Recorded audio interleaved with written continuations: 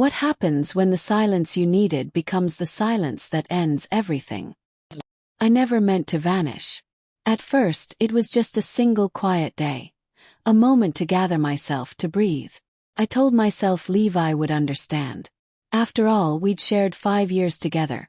Built a life full of laughter, compromise, plans for the future. That kind of history doesn't just dissolve overnight. Or so I thought. But one day of quiet bled into 3, then a week, and eventually a month. I kept convincing myself that needing space wasn't abandonment. I wasn't walking away, not really. I just needed time to think, to feel, to figure out why I was so drained. The truth. I didn't have one neat explanation for pulling away. No big fight. No betrayal. No other person. Just a deep, persistent ache in my chest. Exhaustion I couldn't name. Restlessness I couldn't shake.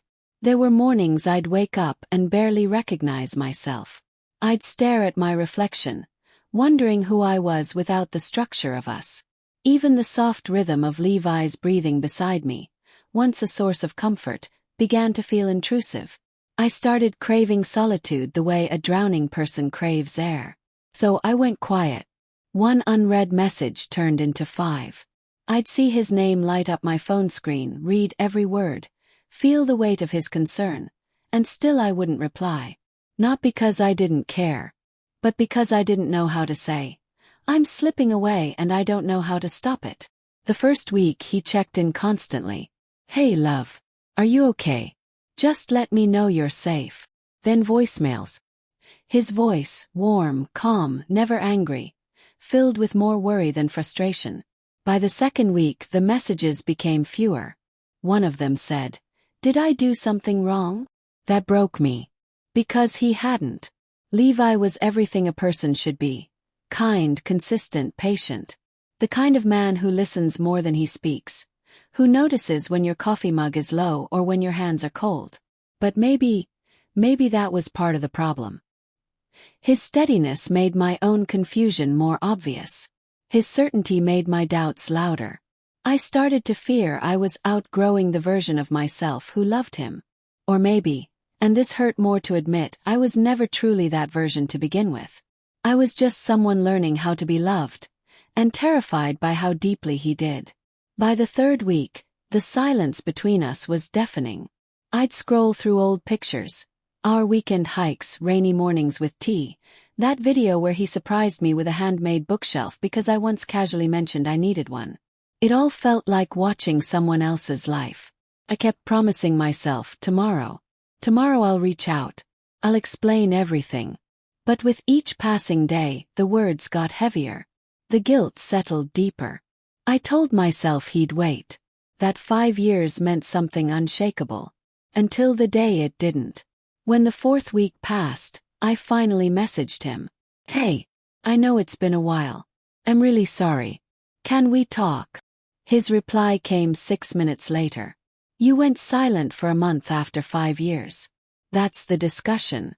That's the end." I stared at that message until the screen dimmed. My fingers froze. My heart sank. I wanted to call, to scream. I didn't mean to disappear forever. But the tone of his reply told me everything I needed to know. He had finally let go. That night he sent one final message. "I held on longer than I should have. But your silence said more than your words ever could. Get it now? You let go first, so I'm letting go too." I cried in a way I hadn't cried in years. Not soft cinematic tears. But the kind that makes you curl into yourself, that leaves your pillow soaked and your body aching. Not because I didn't love him, but because I did. And I lost him. Not through anger or betrayal, but through absence. By slowly stepping away and assuming he'd wait by the door forever. I keep replaying the last real conversation we had, the one where he asked, "Are you happy?"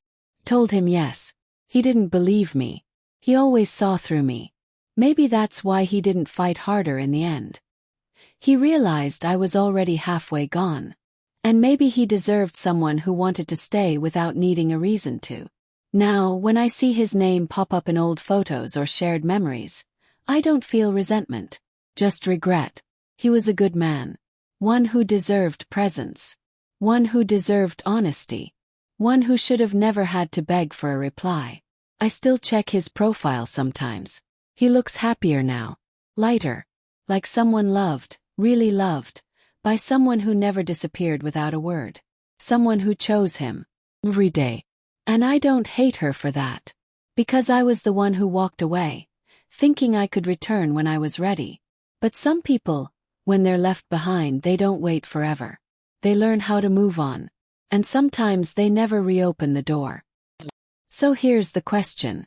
What do you do when you realize the silence you needed became the silence that destroyed everything?